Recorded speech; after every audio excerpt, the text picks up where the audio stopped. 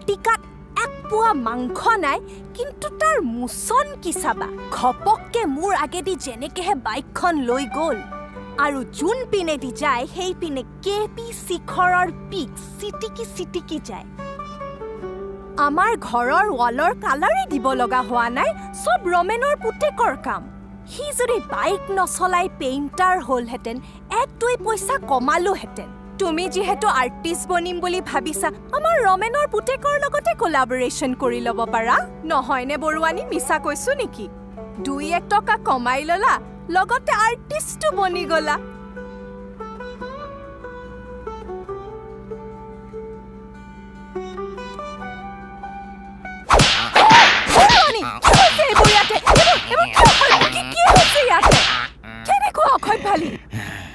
মোক কিয় মাৰিছ? তাৰ মুখত মৌ এটা আছিলে মানে, এইটো চাফা হৈ গ'ল।